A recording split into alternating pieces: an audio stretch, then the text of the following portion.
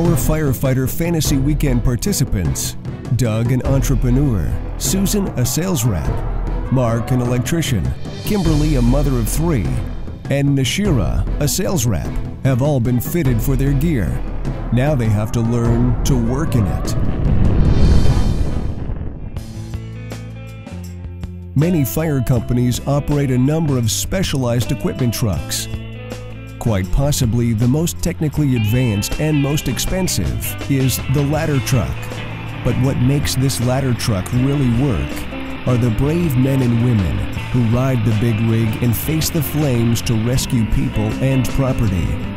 Now, our fantasy firefighters would get a chance to ride the rig, to climb the ladder, and learn what it is like to work at perilous heights, all while carrying the gear on their backs. Safety is paramount on any fire scene, including training sessions. Before anyone goes into the air, the truck is prepped and outriggers hold her into position. The firefighters are fitted with additional rigging, belts, and clasps. More heavy equipment that can save them from a sudden slip or an unexpected fall. Susan is the first to ride the bucket into the sky. As the bucket rises to its full 95-foot extension, everyone else looks on.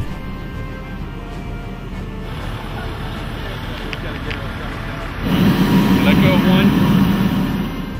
After a quick ladder climbing lesson, Nashira chooses to skip the bucket ride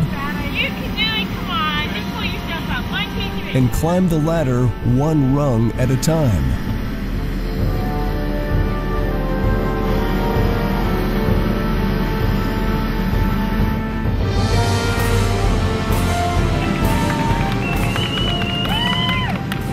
Climbing the ladder at a 60-degree angle while carrying the weight of heavy fire protection gear can be an exhausting experience. Step right up in.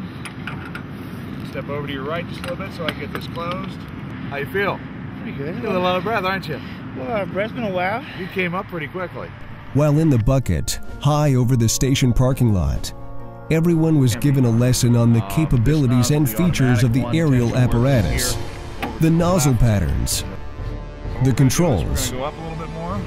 the compressed air lines, proving the versatility and importance of this piece of rescue equipment. We've had it for 2 years and it gets used a lot.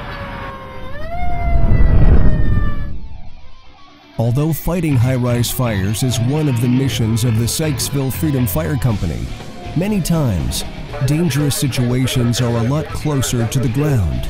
In the middle of the bridge. Automobile accidents account for a large number of calls the station gets each year. To combat the twisted metal of a high-speed wreck, the fire company utilizes the Heavy Rescue Squad. This specialized truck carries the well-known Jaws of Life. And this wouldn't be a real Firefighter Fantasy Weekend if we didn't get a chance to put these Jaws to the test.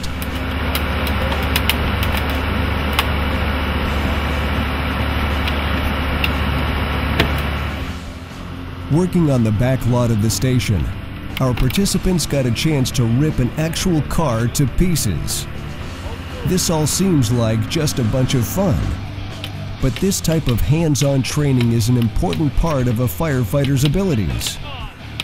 In an automobile accident, many times the car doors are jammed, or the cars are upside down, or in unusual positions. The victim's injuries are not always known, and physically pulling them through an open window may actually aggravate a minor injury, making it worse. The best possible action is to disassemble the vehicle around the victim and safely remove them.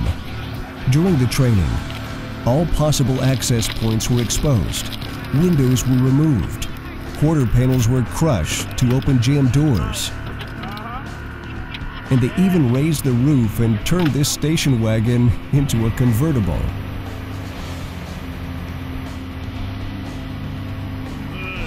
To maintain the equipment in its best working order, every piece of equipment, the tools and the hoses, are all washed, dried, and stowed, ready to go when the next emergency call comes in.